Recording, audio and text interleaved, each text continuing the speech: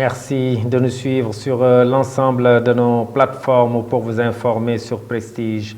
Au sommaire de cette édition, paix et cohésion nationale, le mouvement Siggi Jotna du président Abdoulaye Dièye a organisé en fin de week-end une randonnée pédestre.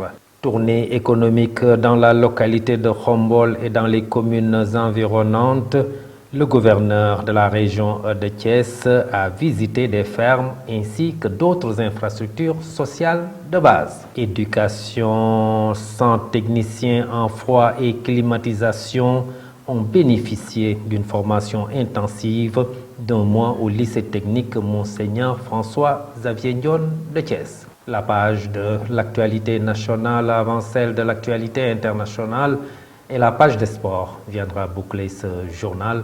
Dans un court instant, le développement.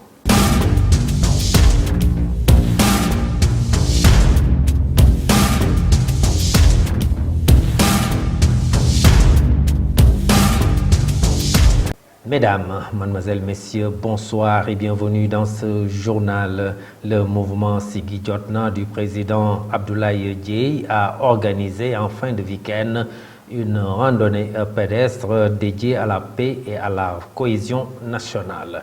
Dans ce contexte de crise politique, l'occasion a été saisie par le directeur de l'AIBD pour lancer un appel à la classe politique.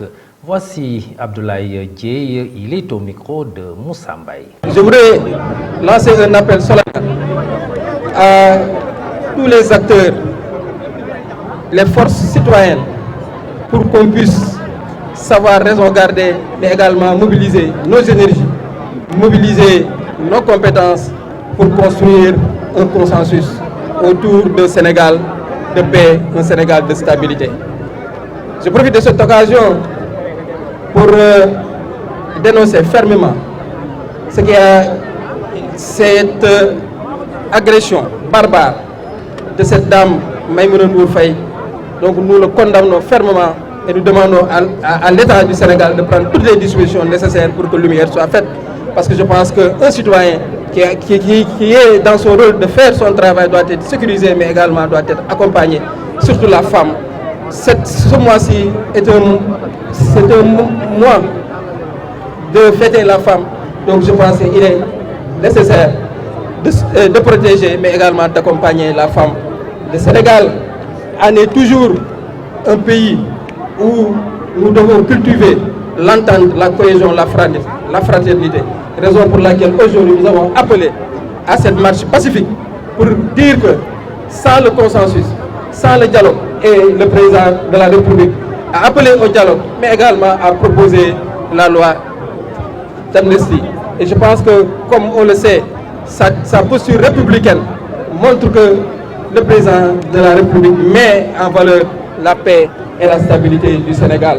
Donc j'en appelle encore à la sérénité, au calme, mais également à construire un Sénégal de stabilité, mais également un Sénégal qui se développe. Parce que sans la paix, nous pouvons espérer à développer ce Sénégal qui est en cours d'émergence. Donc les Sénégalais, les Thiessois en particulièrement, je vous demande d'être ensemble, de nouer la stabilité et la paix, et pensons que nous allons aller vers une élection inclusive, une élection transparente, où toutes les forces de la nation pourront se retrouver pour l'intérêt supérieur de la nation qui est le Sénégal. Le leader du mouvement Siggi Jotna a réussi le pari de la mobilisation. Une foule immense a pris part à cette marche axée sur la paix au Sénégal. La classe politique thiessoise a été bien représentée lors de cette procession.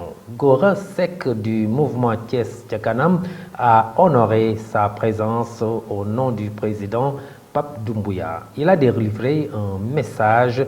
Ses propos sont recueillis par Moussa Mbaye. Aujourd'hui, nous sommes là pour magnifier cette belle initiative, c'est-à-dire la marche de la paix, la marche pour la paix, pour la stabilité et pour la cohésion nationale. Initiée par les grands leaders de Benno Bokk Yakaar, les grands leaders de la mouvance présidentielle, en l'occurrence M. Abdoulaye de Siggi Diotna et tous les responsables de Benno Bokk Yakaar, notamment le président Pape Doumbia, qui n'est pas là aujourd'hui, mais qui se joint à nous dans toute sa morale, dans toute sa grandeur et vraiment dans toutes ses pensées. Parce qu'aujourd'hui, le Sénégal est en train de marquer un virage fort, c'est-à-dire à l'horizon de nouvelles élections où le président sortant n'est pas candidat. Nous devons aujourd'hui marquer notre cohésion nationale. Aujourd'hui, nous devons tous nous tendre la main entre citoyens, entre Sénégalais, parce que le Sénégal a toujours été un havre de paix. Le Sénégal, c'est pas pour rien qu'on nomme le Sénégal le pays de la Teranga, le pays de la paix. À bas la violence, à bas à l'agression, à bas aux mauvaises paroles, à bas au mal. Nous lançons un appel solennel à tous les Sénégalais, à tous les Thiessois, surtout à œuvrer, mais surtout à filer le coton de la paix. Donc, encore une fois, le président Pape Doumbia félicite et remercie tout le monde qui ont participé à cette belle manifestation, tout le monde qui a participé effectivement à cette initiative, à cette marche de la paix, à cette marche de la stabilité. Je vous le disais tout de suite dans le sommaire, le gouverneur de la région de Thiès, Oumar Mamadou Baldé, a effectué une tournée économique dans la localité de Khombole et dans les communes environnantes. Cette tournée lui a permis de visiter des fermes ainsi que d'autres infrastructures sociales de base. Le gouverneur a salué l'engagement de certains fils du territoire pour la création d'emplois au profit des jeunes. Il a encouragé ses bonnes volontés à maintenir le cap et lancé un appel à d'autres pour faire de même. Oumar Mamadou Baldé est au micro de Cherfal. Je voudrais vous remercier d'abord et me réjouir pleinement de l'organisation de cette première tournée économique du gouverneur de Thiès qui a ciblé la zone de Khombole, Ndiéyène Sirakh et toutes les communes environnantes. À ce matin, nous étions venus à la rencontre des producteurs horticoles car comme nous le voyons, depuis un certain temps, le front horticole se déplace de Kayar, Diender vers la zone de Khombole. Et nous avons pu visiter un certain nombre de périmètres qui aujourd'hui nous ont remplis de plaisir. D'abord, la première exploitation de pommes de terre sur 25 hectares est en phase de récolte, comme nous l'avons constaté, avec une vingtaine de tonnes à l'hectare, ce qui nous permet aujourd'hui de sortir de cette ferme 500 tonnes de pommes de terre à l'issue de cette saison. Nous avons poursuivi pour voir une autre exploitation d'oignons. Là aussi, c'est un énorme plaisir, puisque sur les 10 hectares qui produisent pratiquement 15 tonnes à l'hectare, le promoteur est à 150 tonnes de production. À côté de ça, nous avons pu visiter le bassin piscicole. En l'occurrence, 4 bassins d'une très grande envergure et nous avons pu constater que les poissons sont arrivés à maturité. Donc, dès demain ou la semaine prochaine, ils peuvent déjà être mis sur le marché au profit de nos populations. Et ensuite, nous sommes allés au niveau de l'élevage, la partie élevage de cette exploitation avec presque 70 sujets, tous importés, de grandes productions laitières, mais également on a constaté que les vaches sont en train de se reproduire au fur et à mesure. Donc, globalement, à travers cette ferme, aujourd'hui, l'administration régionale a rendu visite au secteur agricole, plus particulièrement au secteur horticole. Parlons maintenant éducation dans cette cette édition, 100 techniciens en froid et climatisation ont bénéficié d'une formation intensive d'un mois au lycée technique Monseigneur François-Xavier Ndione de Thiès. Cette formation est axée sur l'utilisation des réfrigérants naturels. Cette initiative est rendue possible grâce à l'ONG allemande GIZ et la direction de l'environnement. Le proviseur du lycée technique de Thiès, Souleymane Touré, donne plus de détails sur cette formation. Je vous propose de le suivre.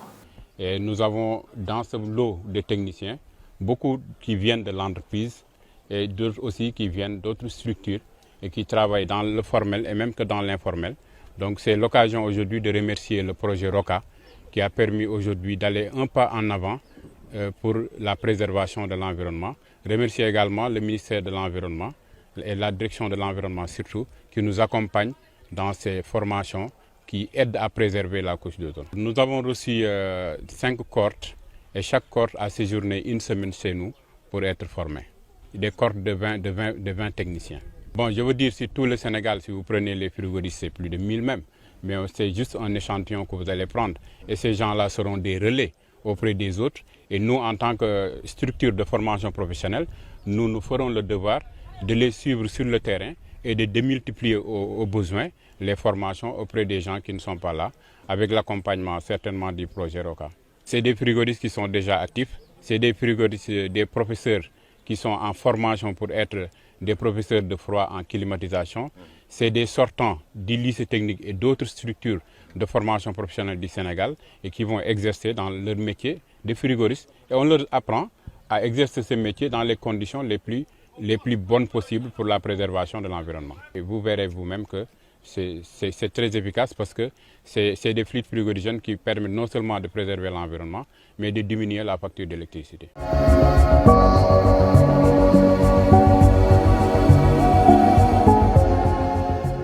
Et dans la page de l'actualité nationale, affaire Maïmouna Ndour Faye, révélation choc sur un message suspect.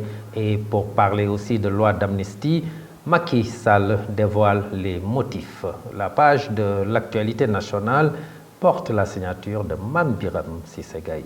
L'actualité nationale, le chef de l'État passe à l'acte Macky Sall qui dit tenir à l'apaisement de l'espace public sénégalais après un décret ce 1er mars passé portant présentation d'un projet de loi d'amnistie. Le texte qui est soumis à l'Assemblée nationale vise, selon l'exposé des motifs, à amnistier les infrastructures commises tant au Sénégal qu'à l'étranger, couvrant la période allant de 2021 à 2024.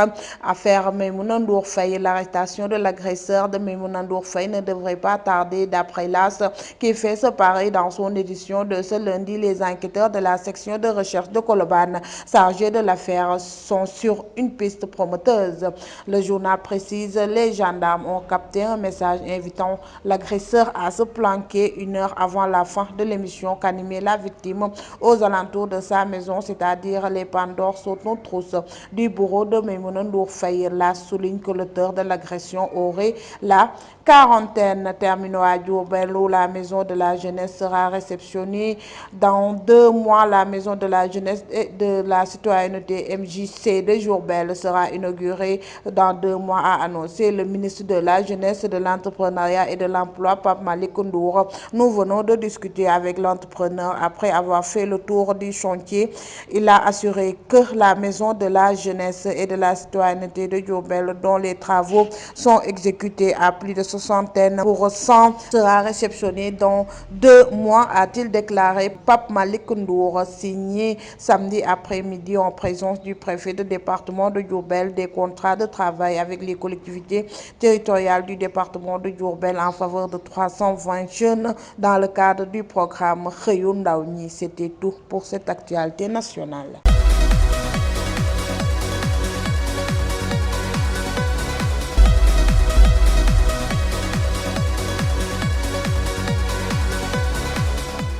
Et dans la page de l'actualité internationale, état d'urgence en Haïti et instauration d'un couvre-feu à Port-au-Prince.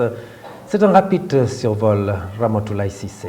Sans surprise, le président de la transition, Mohamed Idriss Déby, a annoncé samedi être candidat à la présidentielle du 6 mai au Tchad. Le jeune général avait été proclamé par l'armée président de transition en avril 2021 à l'annonce de la mort de son père, le maréchal Idriss Déby Itno. Moi, Mohamed Idriss Déby Itno, je suis candidat à l'élection présidentielle de 2024 sous la bannière de la coalition de partis pour un Tchad uni, a-t-il déclaré dans un discours après que 221 mouvements revendiqués par cette coalition lui ont demandé de se présenter. L'état d'urgence a été décrété en Haïti après un week-end particulièrement violent dans la capitale Port-au-Prince et ses alentours. Des gangs armés ont attaqué 2 prisons, des milliers de détenus se sont évadés, au moins une dizaine de personnes sont mortes. Un couvre-feu est instauré pour reprendre le contrôle de la capitale Port-au-Prince. Cette situation doit durer au minimum 72 heures. Des négociations ont repris dimanche au Caire en vue d'une trêve entre Israël et le Hamas pendant le Ramadan dans la bande de Gaza. La proposition des médiateurs Qatar, États-Unis, Égypte porte sur une pause de 6 semaines des combats et la libération de 42 des 130 otages israéliens encore retenus à Gaza contre des Palestiniens emprisonnés par Israël. Mesdames et messieurs, c'en est tout pour l'actualité internationale.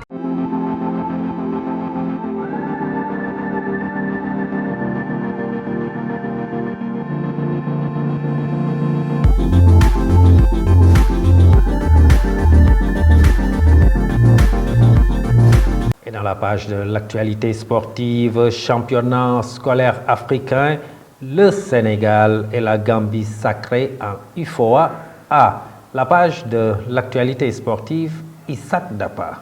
Championnat scolaire africain. Le Sénégal et la Gambie sacrés en UFOA A. Les éliminatoires UFOA A du championnat scolaire africain et de la CAF se sont achevés dimanche 3 mars en apothéose. Le Sénégal et la Gambie représenteront la région lors de la phase finale de la compétition qui aura lieu prochainement. Pendant 3 jours, le stade Chiana Ould Boidia à Nouakchott en Mauritanie a permis aux jeunes footballeurs de montrer leur talent. Chez les garçons, le Sénégal a été sacré dans la catégorie U15. Un titre convoité par les autres nations présentes dans le tournoi comme le Cap-Vert, la Gambie, la Guinée, la Mauritanie. Du côté des filles, ce sont les Gambiennes qui se sont emparées du titre après une lutte âpre lancée face au Cap-Vert, à la Guinée et au Sénégal. Sénégal-Cameroun, des révélations du porte-parole de Samuel Eto'o. Lors d'un entretien accordé ce dimanche, Ernest Obama a ainsi dénoncé une ingérence survenue en pleine CAN. Quand l'entraîneur prépare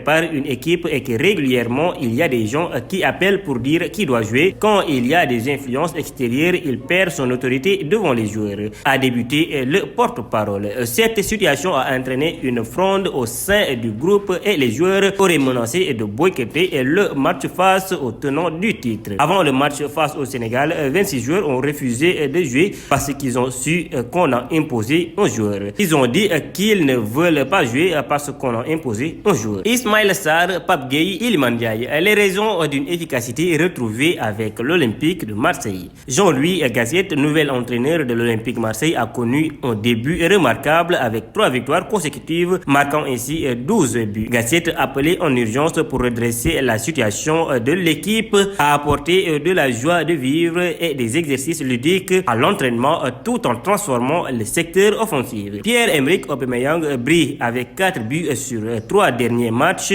tandis qu'Iliman Ndiaye prend de l'importance aux côtés d'Aubameyang. Quant à Ismaïla Sarr, il contribue au but de l'OM. Les attaquants marseillais en grande forme ont également entretenu une concurrence qui semblait absente ces derniers mois. C'était tout pour cette page sportive. Moussa Mbaye au cadrage. Merci Isaac Daba pour cette page sportive qui vient boucler ce journal. Merci de l'avoir suivi. Passez une excellente fin de soirée. Au revoir.